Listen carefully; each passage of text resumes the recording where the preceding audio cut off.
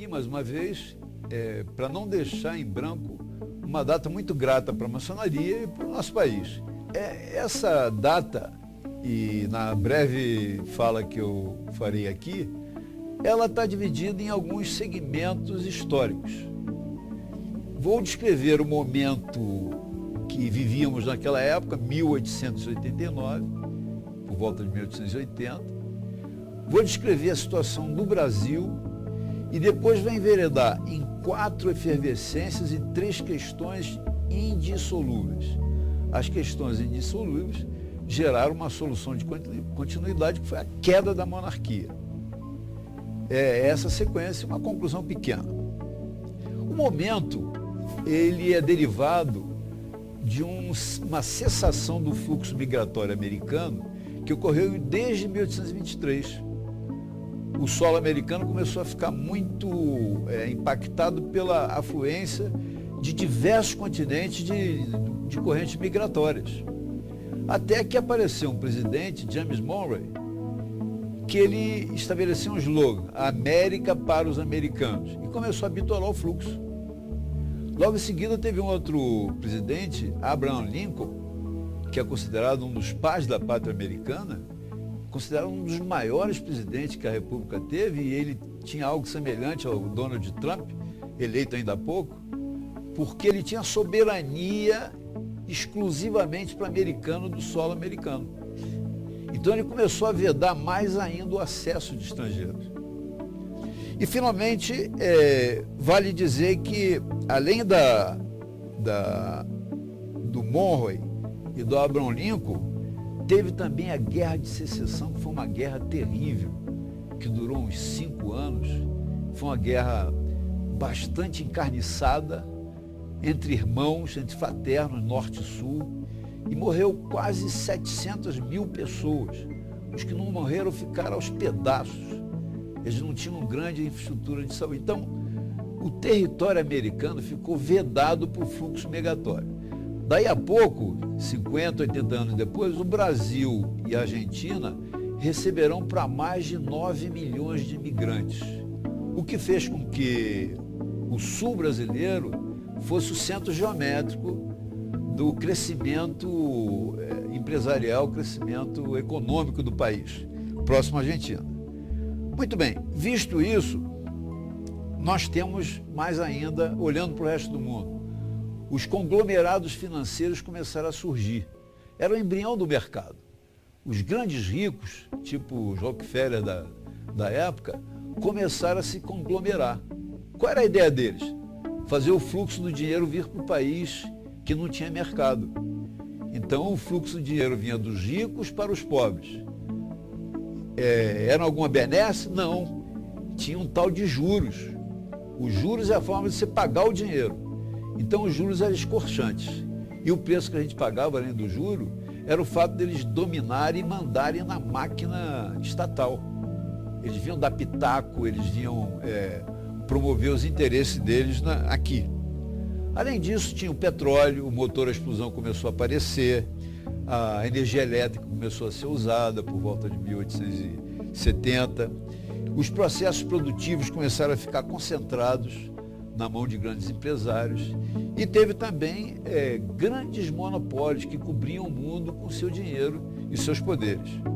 O Brasil, que não tinha mercado interno, eu já falei, tinha os barões do café, peculatários, bastante vampiros do Estado, que dominaram a monarquia, porque o nosso Dom Pedro II era um caipirão.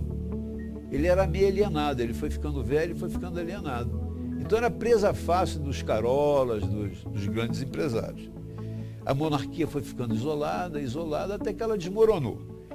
Muito bem, vamos ver as 4 efervescências e as 3 questões que contribuíram para dilapidar o alicerce da monarquia. Eu separei 4, mas tem mais efervescências. O país estava em plena efervescência naquela época.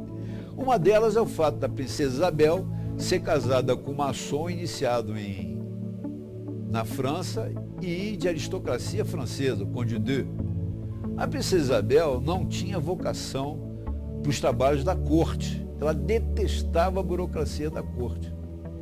E fardas e casacas ficavam preocupadíssimos. Quem eram as fardas? Quem eram os casacos?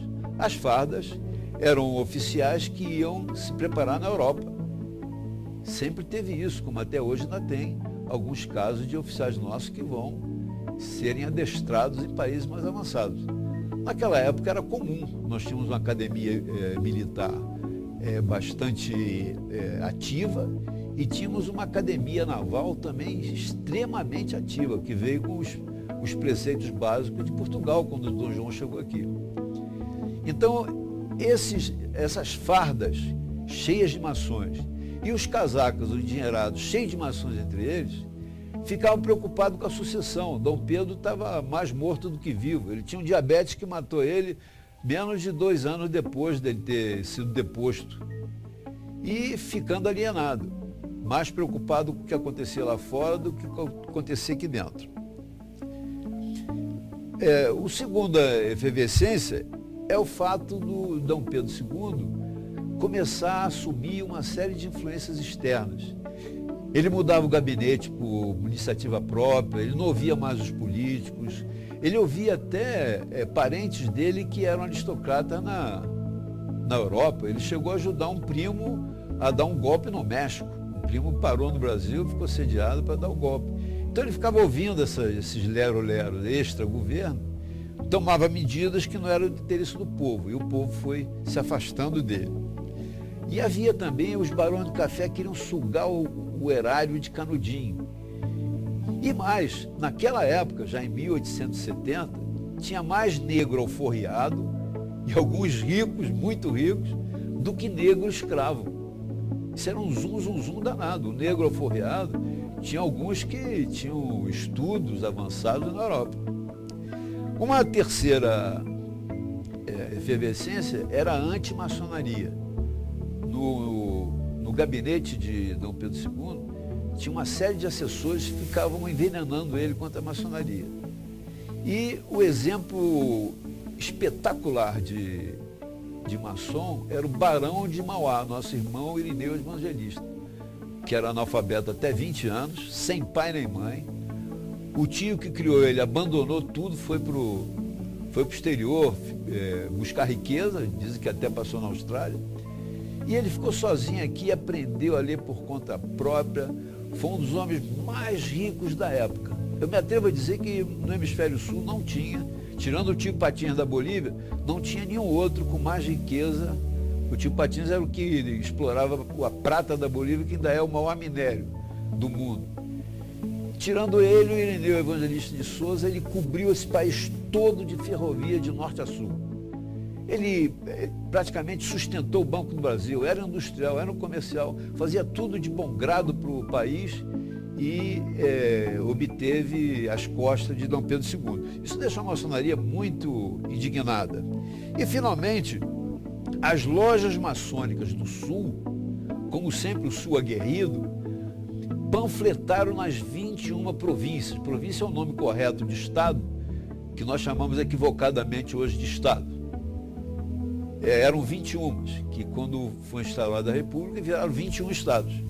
Eles panfletaram em todos os estados e polarizaram outras lojas maçônicas fora do Sul, seria declarada a República. Então isso desde antes da metade do ano já estava sacramentado que seria proclamada a República. Vejamos as 3 questões. Então as 4 efervescências está aí.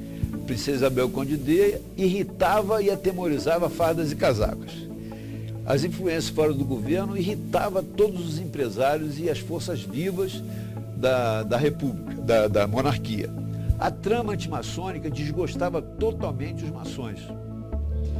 E as lojas maçônicas começaram a entrar nesse sistema de promover a panfletagem. As questões insolúveis geraram solução de continuidade, que foi a queda da monarquia. Isso é uma solução de continuidade severa. A vida do país muda quando o regime muda.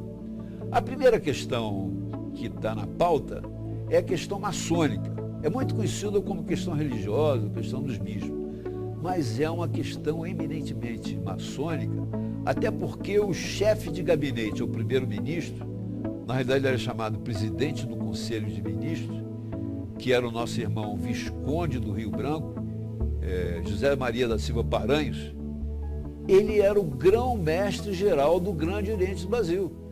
Ele tinha acabado de tomar posse como grão-mestre e tomar posse como chefe de gabinete, 1870 para 71. E ele é que assumiu as rédeas. Que rédea foi essa? Em 2 de março de 1872, exatamente 1 ano e 1 dia dele ter tomado posse, a lei que ele encampou, chamada Lei do Ventre Livre, que era a segunda lei que matava de morte, feria de morte a escravatura. A primeira foi do nosso irmão Eusébio de Queiroz, que proibiu o tráfico negreiro, mas não foi cumprida. A segunda lei foi a do ventre livre. E era iniciativa imediata e direta do nosso Visconde do Rio Branco. Passou rápido no Congresso, foi assinada pelo Dom Pedro, que era um alienado, ele assinava qualquer coisa, e ele promoveu uma festa para celebrar. O Gobe até hoje tem essa tradição de festa, para celebrar 1 ano de posse e a lei do ventre livre. Então ele, para celebrar e fazer oratória do momento, ele chamou um orador ad hoc, adorado por todos, pragmático, carismático, que era um padre, o padre Zé Luiz Martins. Ele chamou o cara, falou que a maçonaria tinha um esquema pedagógico e gradual de abolir a escravatura, que não podia abolir de uma hora para outra. Era uma escravatura muito dolorosa, que tinha ficado anos a fio. Então a maçonaria estava cumprindo e com a lei do ventre livre cumpria mais um degrau que ia tirando o oxigênio da escravatura. Ora, isso caiu nas garras do bispo, arcebispo do Rio, Dom Pedro. Dom Pedro fazia parte, com Dom Antônio Macedo do Pará e Dom Vital de Oliveira de Pernambuco, de uma patota, de um grupo de bispos ultramontanistas. Ultramontanista é uma ideologia absolutista papal em que o Papa podia fazer tudo e mandar em tudo, até no modo temporal da vida. A igreja não pode se imiscuir no lado temporal. E aí o bispo chamou o padre: sai dessa ordem. Aí ele: não sai, não sai.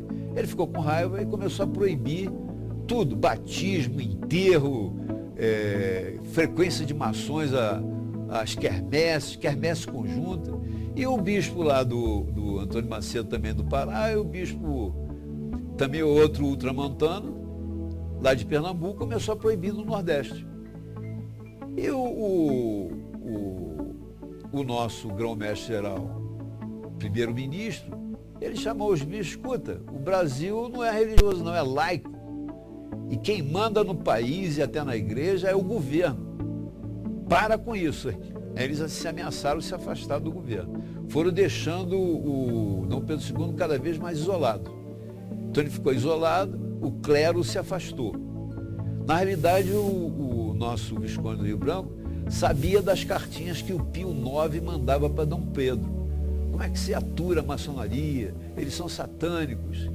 E o curioso é que o Pio IX, como bispo Giovanni Maria Ferretti, ele tinha sido iniciado maçom aqui no Chile. Quando ele pisou na Europa, ele descobriu que era uma jogada errada se intitular maçom. E foi um dos raros maçons que foi iniciado num país e foi destituído por outro. A Itália não aguentou ele saber que ele era maçom, foi expulso da maçonaria lá na Itália. E além disso, o Garibaldi, que era um comandante financiado pela maçonaria, ele desobedeceu o Tratado de Latrão, cercou o Vaticano para brigar contra os soldados franceses para libertar a Itália. O Garibaldi ficava a serviço da maçonaria. Ele veio aqui na Guerra dos Farrapos, a serviço da maçonaria, e foi para lá para libertar a Itália. Quando Pio IX soube que Garibaldi era maçom, ele disse: uma quartelada maçônica, esses caras não valem para nada. Aí escrevia para Dom Pedro II. Muito bem, a verdade é que o nosso Visconde do Rio Branco aplicou uma sentença de 4 anos de trabalho forçado para os bispos. foi a separação. Aí entra em cena a questão, essa questão maçônica, entra em cena a questão escravagista. A questão escravagista também era uma questão que estava atravessada no pescoço da vida nacional, da cultura nacional. Essas questões, elas foram estanques, ou seja, uma não tinha nada a ver com a outra, né? A questão escravagista era que, como eu já falei, havia mais aforreados do que escravos, e havia uma pressão muito grande do empresariado internacional, obrigando que o Brasil fizesse a abolição. E, de fato, numa só penada, passou rápido a lei, era um domingo e a maçonaria e o governo não quis esperar a segunda-feira. Mandou chamar a Princesa Isabel em Petrópolis, ela desceu, assinou o tratado e voltou. Ela não queria ter contato com a corte. Dom Pedro II tinha ido se tratar, que ele estava mais morto do que vivo, ele estava numa clínica em Milão. Então a Princesa Isabel assinou e voltou, e eis que foi feita a abolição da escravatura com uma só penada. A verdade é que no bojo disso aí ficou claro o seguinte: os barões do café queriam uma mata e queriam escravos. Escravo era uma montanha de dinheiro, eles não custavam nada. Os eclesiásticos queriam voltar a ter poder. Os militares que estavam esquecidos queriam ter poder. E o povo em geral queria a república. Já era uma intenção desde de Gonçalves Ledo, lá atrás, né? Que foi vencido porque os fazendeiros queriam federalismo. Pelo fato dos fazendeiros e os donos do dinheiro quererem federalismo, é que esse país ficou íntegro.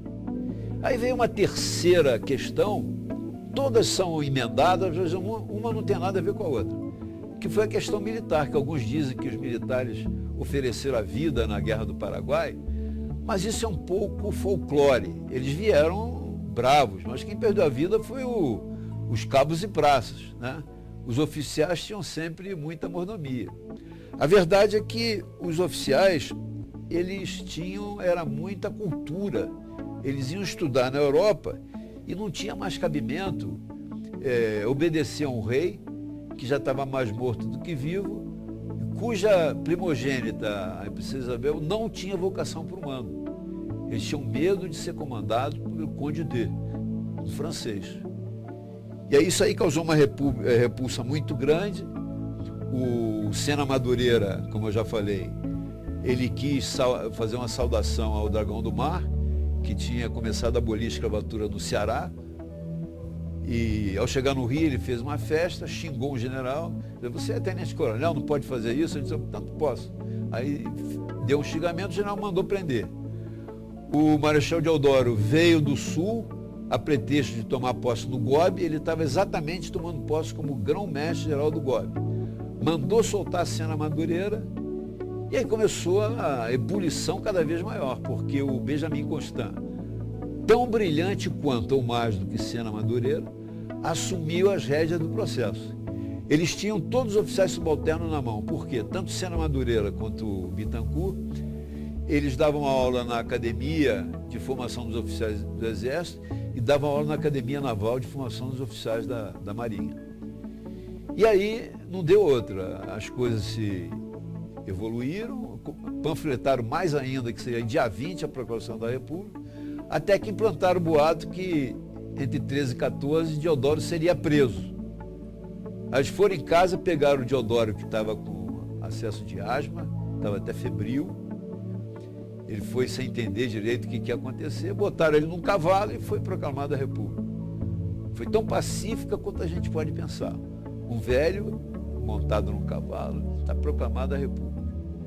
Tanto que nem ele, nem Dom Pedro II acreditaram que a República tinha sido proclamada. A família real falou: será que foi o baile da Ilha Fiscal? O baile da Ilha Fiscal contribuiu, que o país, numa dificuldade danada, deram um baile suntuoso para a aristocracia. Mas a verdade é que a República foi proclamada, Dom Pedro II foi para o naviozinho, ficou esperando a hora de zarpar, bastante tranquilo. Ele era um homem bom, embora um capial de grande monta. E a República acabou com o padroado, instituiu o casamento, registro civil, teve um ministério totalmente maçônico, começou a botar o país no trilho. E, a título conclusivo, a República continua sendo uma grande dívida para os brasileiros e para os maçons. Até hoje, a República loteia esse país com 30 e poucos partidos, ministros de tudo quanto é qualidade, de má qualidade, e a sorte é que tem algumas boas intenções. Mas isso é o que acontece na República de hoje, 2016. Muito obrigado e desculpe pelo desabafo final. Essa é a República Brasileira. Esse é o GOB junto de você.